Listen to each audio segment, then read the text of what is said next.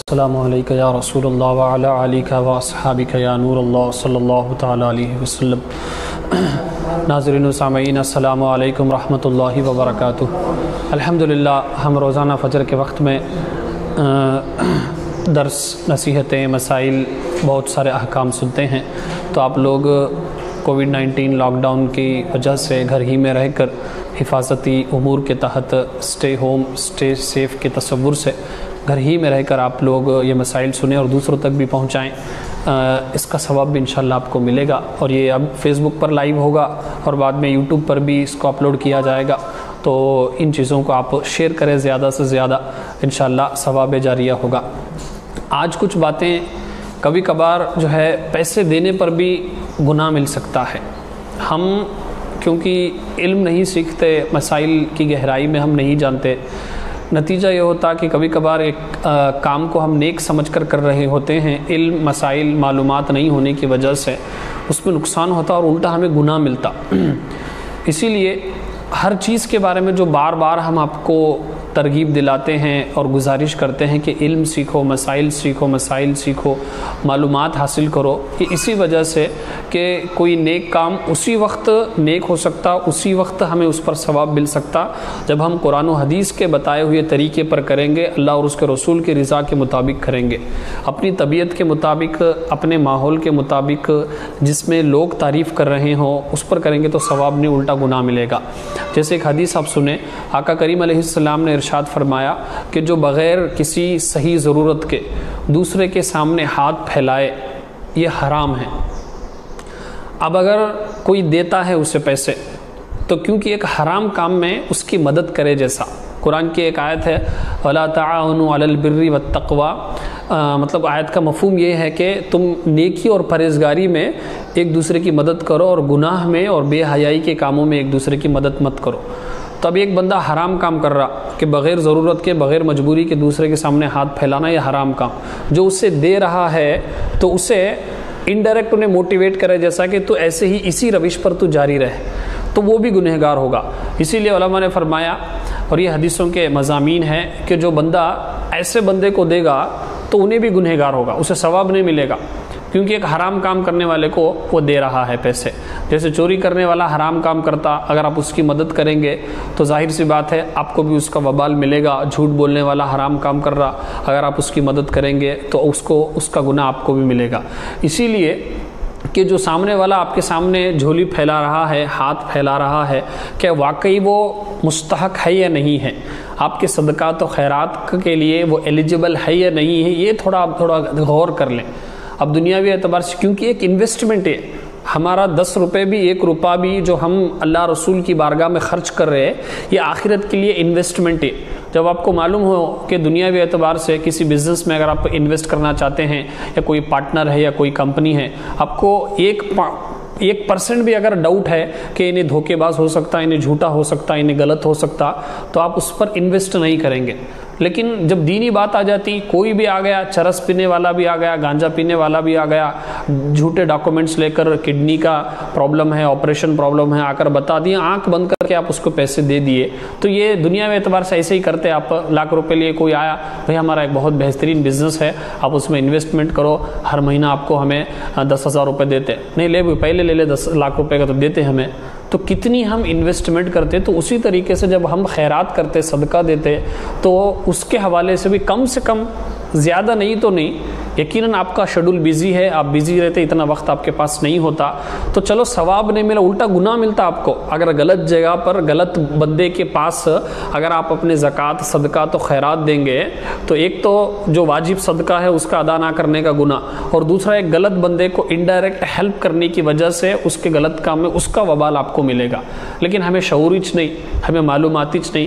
ایک کپڑا بھی جب ہمیں خریدنے جاتے بازار میں تو 4 سے 5 دکان ہم تلاش کرتے، لوگوں کو مشورہ کرتے کہ کہاں اچھی کوالٹی کا ملتا، لیکن جب پیسے خرچ کرنا ہو، جب صدقہ دینا ہو تو کسی سے بھی نہ مشورہ کرتے، نہ پوچھتے، نہ معلومات حاصل کرتے، جو بھی ایرا غیرہ آ گیا اسے دے دیے پیسے، تو اس سے زکوٰۃ اور صدقات و خیرات ادا نہیں ہوں گے، الٹا گناہ ملے گا۔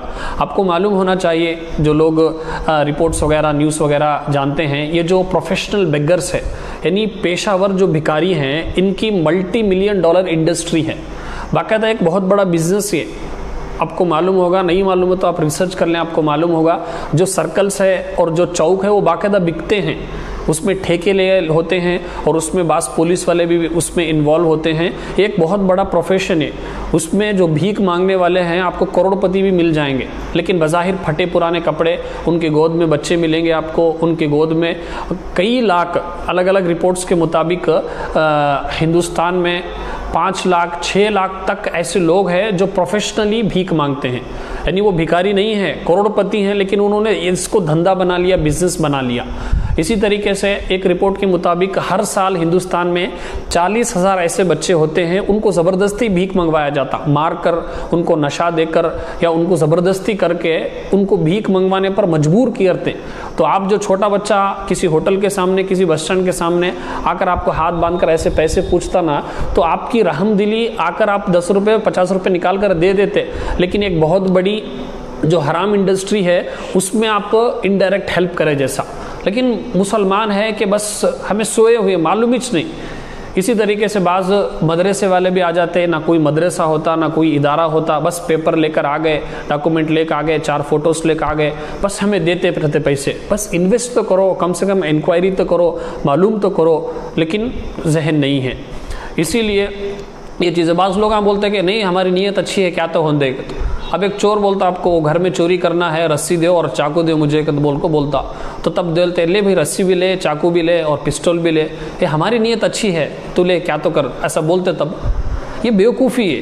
جب معلوم ہے کہ سامنے والا آپ کو دھوکہ دے رہا اور ایک بہت بڑے الٹی سیدھی حرکتیں کر رہا، تو یہ بھولے پن سے بولنا کہ ہماری نیت اچھی ہے. تو اگر کوئی آپ کو بزنس کے لیے وہی آپ کریں گے تو معلوم ہے کہ 1 نمبر کا فراڈیا ہے، 1 نمبر کا دھوکے باز ہے. معلوم ہے کہ انہیں آپ کے پیسے لے کر بھاگ جائے گا، آپ کو پیسے نہیں دے گا. نہیں ہماری نیت اچھی ہے، لو کروڑ روپے لو لاکھ روپے لو، تب دیں گے. آپ 1000 روپے ہم نہیں دیتے. لیکن وہی جب دین کی بات آتی، جب خرچ کرنے کی بات آتی تو بس چلے ہوئے ہیں. ایک تو اس کا نقصان یہ ہوگا کہ جو صحیح حقدار ہیں ان تک یہ باتیں نہیں، یہ جو پیسے ہیں نہیں پہنچیں گے. جو صحیح حقدار ہیں ان تک یہ جو پیسے ہیں نہیں پہنچیں گے. جو مطلب بزنس وغیرہ کر رہے ہیں، جو پروفیشنلز بن چکے ہیں، تو ان تک یہ مطلب ایک بڑا بزنس اور اس طریقے سے غلط کاموں میں پیسے جائیں گے. اور دوسرا واقعی جو محتاج ہیں، واقعی جو غریب ہے، واقعی جو رشتہ دار ہیں، ان تک پیسے نہیں پہنچتے. غریب کے غریب ہی رہیں گے اور ایسے جو الٹی سیدھی حرکتیں کرنے والے ہیں ان میں یہ پیسے چلے جائیں گے. اور آپ کی زکوٰۃ ادا نہیں ہوگی. سب سے بڑا میجر پرابلم یہ ہے کہ آپ کی زکوٰۃ ادا ہی نہیں ہوگی. زکوٰۃ ایسے ہی آپ کے ایز اٹ از آپ کے اوپر باقی رہے گی. زکوٰۃ ہی ادا نہیں ہوگی، گنہگار ہوں گے آپ کو. کیونکہ اس کا بھی علم سیکھنا ضروری ہے کہ زکوٰۃ کسے دینا، فطرہ کسے دینا، نفلی صدقہ کسے دینا. اسی طریقے سے مسجد میں کون سے پیسے دے سکتے، مدرسے میں کون سے پیسے دے سکتے، اس کا علم سیکھنا ضروری ہے. ورنہ یہ بھولے پن سے کہیں گے کہ ہماری نیت اچھی ہے تو اس کا بہت بڑا گناہ ہوگا، وبال ہوگا. اور ایسے جو لوگ ہیں ان کو دھتکار دیں. ہمارے یہاں لوگ ڈرتے، کہاں بددعا دے ڈالتے کی. اب کون تو ایک جعلی قسم کا، ڈپلیکیٹ قسم کا فقیر آدھے ادھورے کپڑے پہن کر، سر پر باندھ کر، گلے میں مالائیں ڈال کر آتا. اب انہیں بولتا کہ اللہ بھلا کرے. اب وہ جملہ سوچ کر ہمارا دل نرم ہو جاتا. اب نہیں دیے تو انہیں کام بددعا دے ڈالتا کہ تو اس بات کا ڈر ہے. لیکن اللہ رسول کا، قرآن پاک کا، حدیثوں کا، عذابات کا وہ ڈر ہمارے دل پر کیا بھی اثر نہیں کرتا، وہ باتیں اثر نہیں کرتا. لیکن ایک جھوٹے اور ایک فراڈی قسم کا جو اس کے 2 جملے ہمارے دل پر اثر کر ڈالتے، تو خود غور کر لیں کہ یہ ہماری دل کی بیماری اور دل کی کمزوری ہے کہ ہمارا دل مردہ ہو چکا. ایسے لوگوں کی بات اثر ہوتی. تو کچھ بھی ہو جائے، وہ کتنی بھی بڑی بددعائیں دے لیں، وہ بددعا اثر نہیں ہوتی. جو جائز ہوگی، آپ نے واقعی اگر ظلم کیا ہوتا تو وہ بددعا لگے گی. تو ایسی بددعاؤں کا کیا بھی اثر نہیں ہوتا. آپ فکر نہ کریں. تو نمبر 1 کہ واقعی آپ جو مستحق ہیں، جو واقعی ایلیجبل ہیں، جو واقعی غریب ہیں، تو نمبر 1 آپ اپنے رشتہ داروں میں دیکھیں. باہر کیونکہ جانے کے لیے، باہر دینے کے لیے آپ کو انکوائری کرنا پڑتا، آپ کے پاس ٹائم نہیں رہتا اتنا. تو آپ اپنے رشتہ داروں میں دیں. بھائی کو دے سکتے، بہن کو دے سکتے، خالہ کو دے سکتے، چاچی کو دے سکتے، ماموں کو دے سکتے، مامی کو دے سکتے.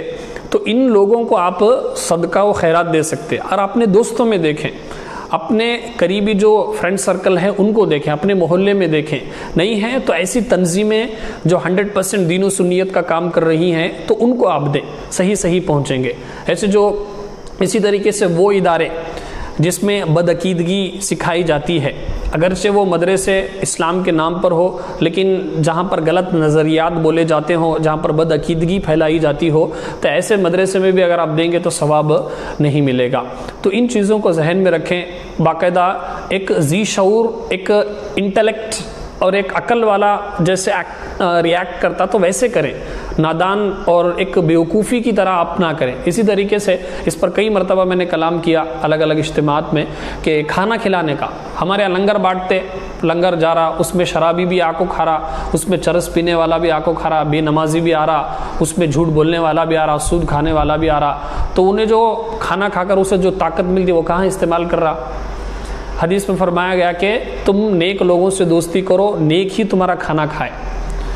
ایک صورت یہ ہے کہ سامنے والا آدمی بھوک کی وجہ سے مر رہا ہے، اب کھانا نہیں دیں گے تو وہ مر جائے گا، تو اب انہیں کتنا بھی بڑا گنہگار کیوں نہ ہو، کافر بھی کیوں نہ ہو، کتنا بڑا ظالم کیوں نہ ہو، اس کی جان بچانے کے لیے آپ اس کو کھانا کھلائیں، یہ اس میں کیا بھی پرابلم نہیں۔ لیکن آپ والنٹریلی اگر کسی کو کھانا کھلانا چاہتے ہیں تو دیکھیں، کیونکہ آپ کا کھانا کھانے کے بعد وہ بندہ کہاں استعمال کر رہا، گندی چیزیں دیکھنے کے لیے، ایک ٹائم کی نماز نہیں پڑھتا، چرس پینے کے لیے، نشہ اختیار کرنے کے لیے، اب اس کو کھانا کھلا رہے وہ گناہوں میں استعمال کر رہا، تو وہ آپ کو ثواب نہیں ملے گا، الٹا گناہ ملے گا۔ ہاں وہی وہ بندہ کھانا کھانے کے بعد نماز پڑھتا، کھانا کھانے کے بعد نیک کاموں میں اگر اس کی طاقت توانائی استعمال کر رہا تو کھانا کھلانے والے کو بھی ثواب ملے گا۔ میں اب یہ نہیں بول رہا کہ آپ میرے جیسے لوگوں کو ہی کھلائیں، لیکن کم سے کم تھوڑا تو احتیاط کریں۔ کم سے کم ایک بندہ ہے کہ انہیں 100% نیک نہیں، کم سے کم 20% تو ہے، اس کو پریفرنس دے، لیکن جو 0% نیک ہے، 100% گنہگار ہے، اس کو آپ دے رہے، لیکن جو 50% 40% نیک لوگ ہیں ان کو آپ توجہ بھی نہیں دے رہے۔ تو ایسے جو غریب لوگ ہیں ان تک آپ راشن پہنچائیں، خاص کر ہمارے جو سادات اکرام ہیں، جو سید حضرات ہیں، ان کو زکوٰۃ نہیں دے سکتے کیونکہ ان کا ادب و احترام ہے، تو ان کو باقاعدہ پلان کر کے، معلوم بھی نہیں ہونا، راتوں رات جائیں آپ پہنچا دیں، معلوم بھی نہ ہو، اس طریقے سے پرسنلی آپ ایک سیکیورٹی اور ایک سیکیورٹی مینٹین کر کے، اس طریقے سے آپ پرائیویسی مینٹین کر کے ان تک پہنچائیں، آپ کو ثواب ملے گا۔ اس طریقے سے ایسے لوگوں کو جنرلی اگر آپ کھانا کھلائیں گے تو ثواب آپ کو نہیں ملے گا۔ یہ میں اپنی طرف سے نہیں، یہ قرآن و حدیث کے مضامین میں آپ کے سامنے ذکر کر رہا ہوں۔ کم سے کم اگر آپ لنگر کھلانا بھی چاہتے ہیں تو کم سے کم ایک اصلاحی بیان رکھوائیں، کم سے کم ان کو کھانا کھانے کے بعد کچھ تو اثر ہو، ورنہ ایسے لوگ جو ایک ٹائم کی بھی نماز نہیں پڑھتے، جو جمعہ تک کی بھی نماز نہیں پڑھتے، ایسے لوگوں کو آپ کھانا کھلا کر کیا ثابت کرنا چاہتے ہیں؟ اسی لیے شریعت کے مزاج کو آپ سمجھیں اور قرآن و حدیث کو بھی سمجھیں، اور کہاں ہمیں زیادہ ثواب ملتا وہ دیکھیں۔ اسی طریقے سے مسجد میں جو بغیر کسی ضرورت کے پیسے مانگتا ہے، اس کے لیے بھی علماء نے فرمایا کہ جو 1 روپیہ دے گا تو اسے 70 گنا ملے گا، ثواب نہیں گنا ملے گا۔ مسجد میں اعلانیہ طور پہ مانگنا ہی منع کیا گیا ہے، تو اس لیے ان چیزوں کو آپ سمجھیں کہ کہاں پر پیسے دینے پر ثواب ملے گا، کہاں گناہ ملے گا، تو ورنہ پیسے بھی جائیں گے، گناہ بھی ہوگا اور آپ کی زکوٰۃ بھی ادا نہیں ہوگی۔ دعا ہے کہ اللہ تبارک و تعالی ہم سب کو کہنے سننے سے زیادہ عمل کی توفیق عطا فرمائے۔ مالک کریم کہنے سننے میں اگر کچھ غلطیاں ہوئی تو اپنے محبوب کے صدقے میں معاف فرما اور اس کی اصلاح کی توفیق عطا فرما۔ استغفر اللہ ربی من کل ذنب واتوب الیہ وما علینا الا البلاغ المبین۔